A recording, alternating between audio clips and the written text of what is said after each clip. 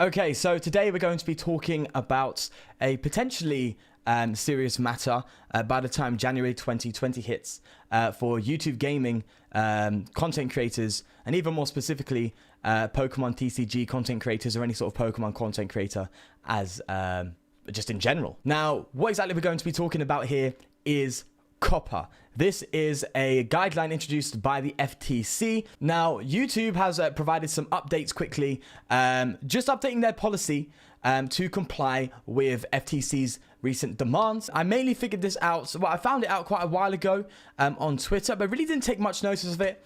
But I do want to raise as much of a voice as I can with this, because it can hit a lot of content creators, which does concern me, just with the whole community as a whole on YouTube. I was watching a video by LDF, or Little Dark Fury. His video will be in the description below if you want to check that out as well. So I thought, yeah, let's make a video on it. Let's see if we can discuss this and really go into it. And see what this means for the future, not only for my channel, but for other people as well who create content. Now, the main update YouTube has provided on the platform is when you upload, you can now do the upload beta. And by that, it provides you with the option to note whether or not your video is made for kids. And this is where the main issue really starts to rise. It's very vague. I'm not really sure whether or not my content would be considered as made for kids. For me personally, I don't classify it as that. And that's for one main reason. If you go to my channel analytics, if I can pronounce the word correctly, all you have to do is go to my age and you can see that 0.8% of my viewers are actually between 13 and 17 years old, with the majority of mine being between 25 to 34 years old, and below that 18 to 24. So I don't even make videos for primarily early teens. I actually make them for full-on adults who watch these videos.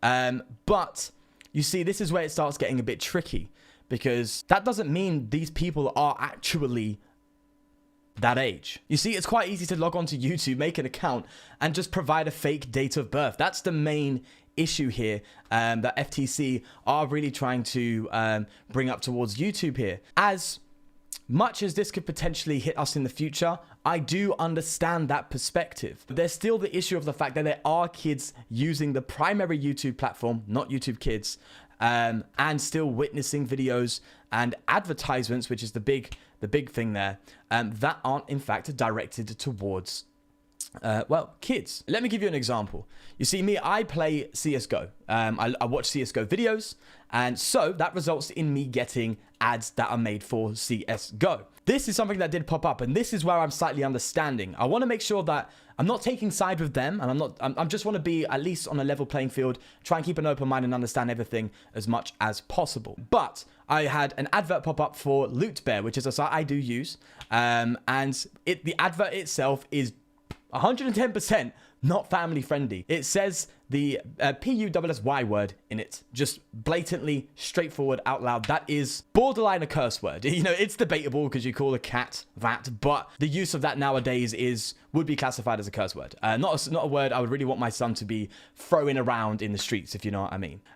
You know, it's something that me as a parent, I have to take responsibility for and take action for. But you know, a lot of people don't do that. There are a lot of parents who just sit there and would let their kids watch YouTube, you know, freely. And yeah, okay, I can understand it, of course, because, you know, you're a parent, you need to do your day-to-day tasks, and it's a lot easier to calm your kid down and keep him busy, you know, throwing him on YouTube for a little bit. But this just seems to be kind of FTC cracking down on this, YouTube doing this, just so they don't get into any sort of legal issues on their end. You know, it is something that I understand, to say the least.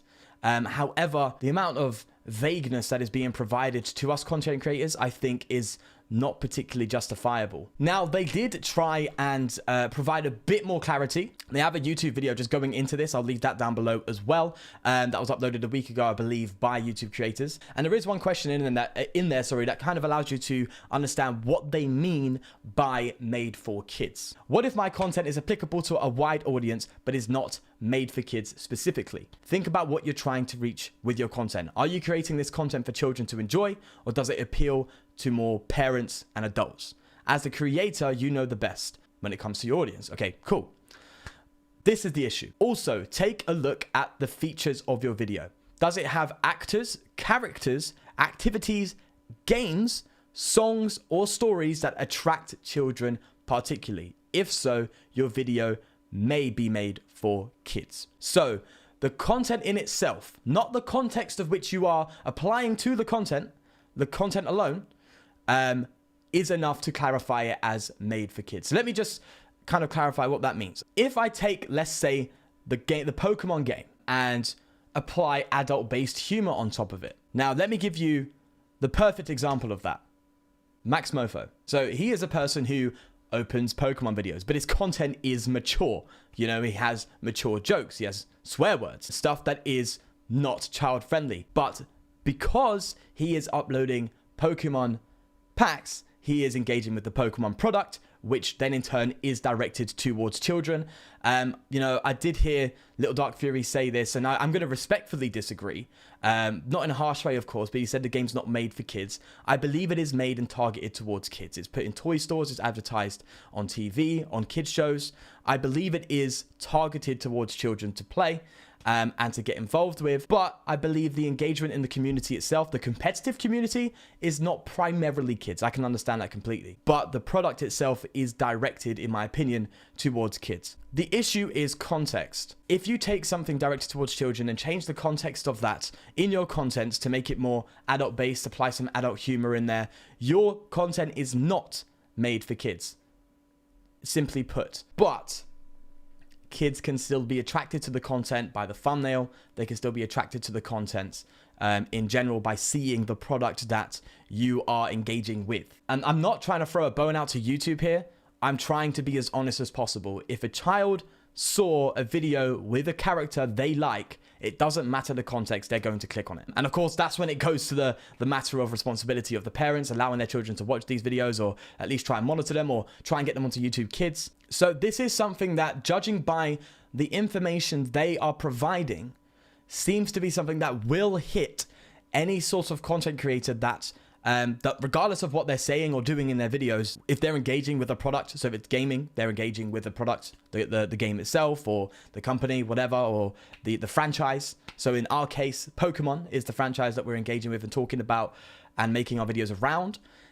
It seems like that would be classified as made for kids. And you see, this is something that really confuses me. On the same post where YouTube creators have put, if you have characters, activities, games, actors, or songs, or stories that attract children particularly, your video may be made for kids. In the same post, in the same breath, there's a question.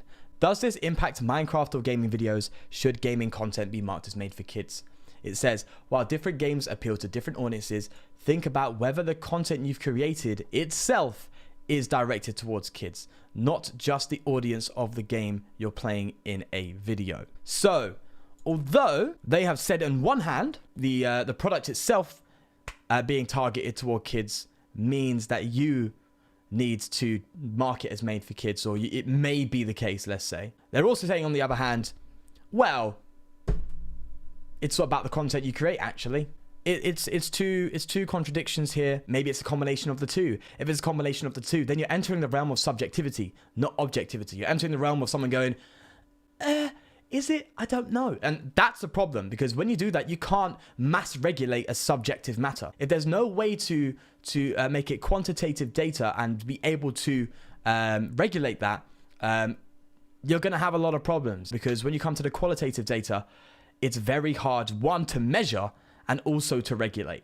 That's a big problem. So that's where I feel like it's going to fall through. So what does this mean for those creators who have to, go to their videos when they upload and go, yes, it's made for kids? Well, what this means is that they are going to potentially get less revenue.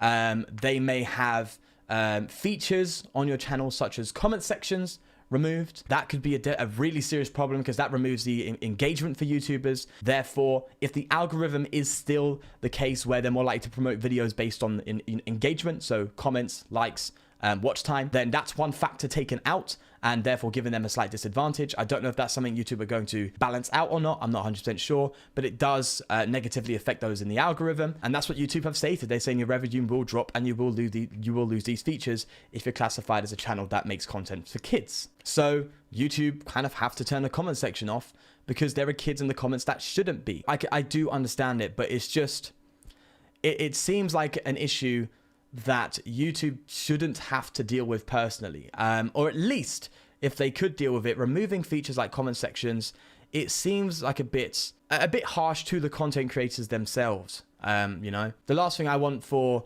myself, other content creators who make this content, I don't want them having their revenue reduced. For me, I'm in a fortunate enough position where I'm financially stable outside of the revenue I make from YouTube. Obviously, it helps a lot. It's what allows me to get these new cards all the time and make this content. But I'm not going to, you know, become homeless if I start making less revenue. So for me, I'm not so worried about myself. I'm more worried about the people who have a lot more subscribers, who actually have this as their full-time job. YouTubers I watch myself, you know, a lot of people can be going out here saying, oh, it's just about the money, all you care about is the money. But if I be completely honest with you, if your job got a reduced pay to the extent where you can't pay your bills, you're going to be worried, and you may be forced to take a different approach. You may be forced to stop YouTube or reduce the amount of content you make and go search for a full-time job. This is obviously for those who are just getting by. So the lower level YouTubers who are just getting by with the level of revenue they're generating from their videos and other avenues as well. So it can seriously affect the livelihood of people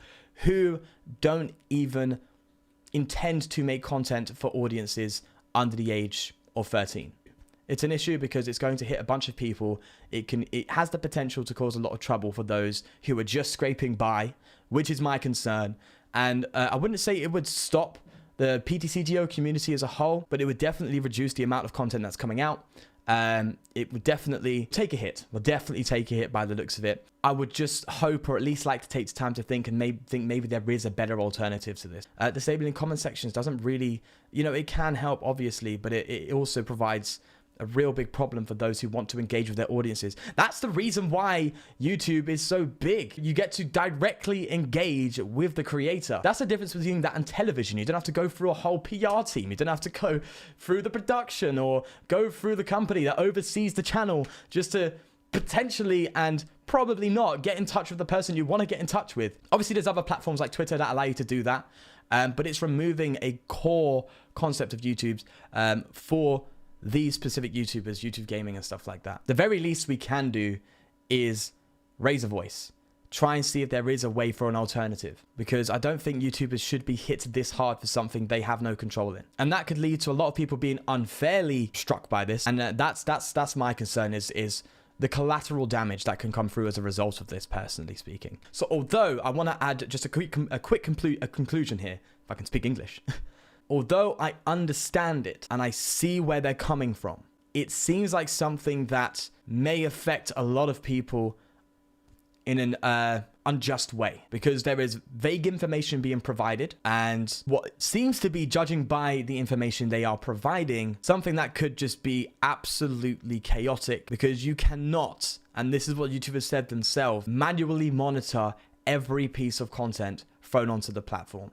I believe it's 300 hours uploaded every minute. So they have to set up algorithms to do that. And if you're in this post, for example, saying it depends what the type of content you're making is, you're trying to basically regulate what is subjective.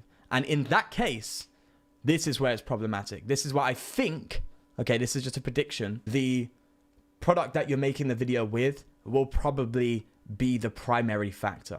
And it may be the case where you get the chance, similarly to Acclaim, get to dispute it. I'm not 100% sure if that's something they're going to be able to provide you with. Because if they're saying in the same breath that if the product itself is aimed towards kids with its characters or whatever, then you're probably going to be made for kids. But then also say, well, it's not really about the product itself, but the content that you're making. So the context that I've just mentioned earlier, then, you know, one is quantitative, which is the product itself, and is it aimed towards kids? You're going to know that because the company itself is going to be noted down as aimed for kids. And then there's the qualitative, the subjective, which is, well, it depends on the content itself. They're obviously going to stick with the one they can rely on and, well, put into an algorithm, really. Because all they have to do is put Pokemon on a sort of list as a made-for-kids product or franchise. So any video uploaded with Pokemon tagged or in the title or whatever will be marked as made for kids, regardless of your content. That seems something more YouTube friendly, considering how much they upload. Now, I know this video is probably dragged out quite a bit. I will be continuing to make videos. As always, for me, as I've said, it's not something that will hit me so much that I'm going to suffer. It's something that I will be able to just, you know, brush off my shoulder. But, so, you know, so it won't affect my content and what I upload. But I'm really worried about these people that I enjoy watching. And I want to have the ability to do what they do for a living, being affected. That's my problem personally. And especially being affected in an unjust way. Yeah, that's what I would say.